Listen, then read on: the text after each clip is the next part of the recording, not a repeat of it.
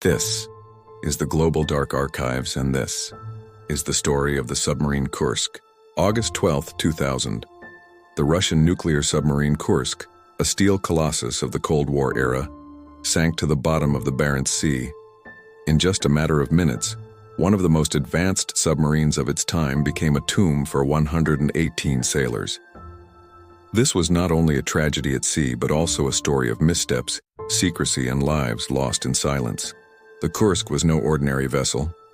Commissioned in 1994, she belonged to the Oscar II class, designed to carry nuclear cruise missiles capable of sinking entire carrier groups. She stretched over 500 feet, longer than 2 football fields, and weighed nearly 19,000 tons submerged. The Russian Navy believed she was unsinkable, protected by a double hull that could withstand enemy fire. But the pride of the Kursk stood in stark contrast to the Russian Navy of the early 2000s. After the fall of the Soviet Union, funding collapsed. Ships rusted at port, training was cut, and equipment was poorly maintained. Yet, Russia still sought to show strength. A large naval exercise was planned for August 2000, the first of its kind in nearly a decade. Kursk would play a starring role. The Barents Sea exercise was meant to demonstrate Russia's ability to project power. Dozens of ships, submarines, and aircraft participated in the war games, which simulated a confrontation with NATO forces. The Kursk's task was pivotal: to fire a test torpedo that would symbolize the strike capacity of the fleet. For the Russian Navy, this display was as much about prestige as it was about training. That summer morning, 118 men boarded the submarine. Among them were experienced officers, young conscripts, and technical experts. Families watched from shore, unaware it would be the last time they saw their loved ones. The Kursk's assignment was simple: fire a test torpedo during the exercise. What no one knew was that this very weapon would ignite disaster. The Kursk carried a variety of torpedoes, but its training shot that day used high-test peroxide, HTP fuel. This chemical, a concentrated form of hydrogen peroxide, was volatile and dangerous if not handled with absolute precision. When exposed to catalysts such as rust, copper, or heat, HTP rapidly decomposes, releasing oxygen and intense heat. In confined spaces like a submarine torpedo tube, even a small leak could become a ticking time bomb. At 11:28 a.m., a training torpedo loaded with high-test peroxide malfunctioned. Leaking fuel ignited, causing a violent explosion in the bow compartment. The blast shook the submarine, registering on nearby ships. Fire raced through the forward sections, killing many instantly. But the worst was yet to come. 2 minutes later, the flames reached additional torpedoes. The result was catastrophic. A second explosion, far larger than the first, tearing through the forward hull. Seismic stations as far away as Alaska recorded the shockwave.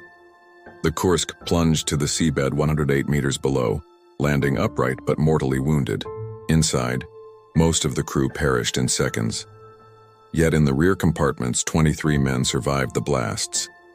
They gathered in the 9th compartment, led by Captain Lieutenant Dmitry Kolesnikov. In near total darkness, with water flooding nearby sections, they clung to hope. Oxygen dwindled, carbon dioxide rose, and the temperature dropped as hours turned into days. When divers later recovered bodies, they found a message written by Kolesnikov. On a piece of paper, he listed the names of the survivors who had made it to the 9th compartment. In his final words, he wrote, "There are 23 people here. None of us can get to the surface." That note stands as the last testimony of men who waited in vain for rescue. On the surface, the Russian Navy at first believed Kursk had only lost communications. Only after several hours did commanders realize the submarine had sunk. Yet here, Soviet-era habits made the situation worse. Officers delayed passing the news up the chain of command, fearing blame. Silence and hesitation cost precious time, and by the time Moscow was fully informed, the survivors below had already endured hours in worsening conditions. Russia deployed rescue submersibles to attach to the Kursk's escape hatches, but the attempts failed. Equipment was outdated, batteries failed, and sea conditions worsened. Seals could not be made airtight. Each attempt consumed precious hours, while the survivors below ran out of oxygen. Britain and Norway quickly offered advanced rescue teams and diving equipment, but Moscow initially refused, reluctant to admit weakness or accept foreign help with a nuclear submarine. Days slipped by, and with each one, the trapped sailors' chances dwindled. The world watched in growing frustration as Russia delayed. Meanwhile, inside the Kursk, the survivors endured unimaginable conditions. Emergency lighting failed, leaving them in near total darkness.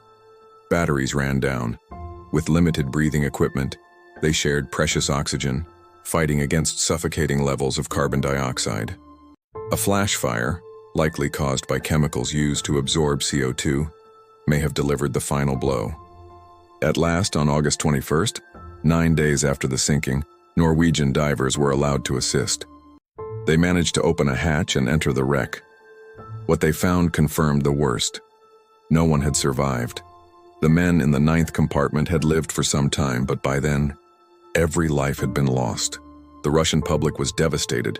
Families of the sailors demanded answers.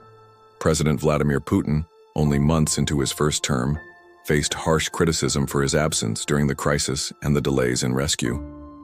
His televised meeting with grieving families became infamous, marked by anger, shouting, and deep distrust. One moment from that meeting seared itself into Russian memory. A grieving mother, overcome with pain, shouted at officials demanding answers about her son's death. As cameras rolled, she was forcibly sedated by medical staff on orders from security personnel. The image of a mother silenced with a syringe captured the deep mistrust between the state and its people, and the cruelty of a system that sought to control grief as much as the truth. The official inquiry concluded that the disaster was triggered by the leakage and explosion of a faulty training torpedo using high-test peroxide fuel. The blast set off the chain reaction that destroyed the submarine's bow. Investigators also pointed to systemic failures, poor maintenance, outdated rescue equipment, hesitation in command, and the deadly legacy of a military culture that feared telling bad news. In 2001, a massive and costly salvage operation raised most of the Kursk from the seabed. The destroyed bow, where the explosions began, was cut off and left behind.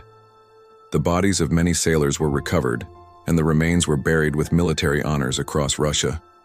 The operation provided some closure, but many families still felt the truth had been hidden. Today, the Kursk is remembered not for her power, but for her loss. The 118 men aboard faced fear, darkness, and silence in their final moments. Their story reminds us of the fragile line between human ambition and human vulnerability. The sea keeps many secrets, but the name Kursk ensures this one will not be forgotten. If you liked this video, please don't forget to like, share, and subscribe. See you in the next one.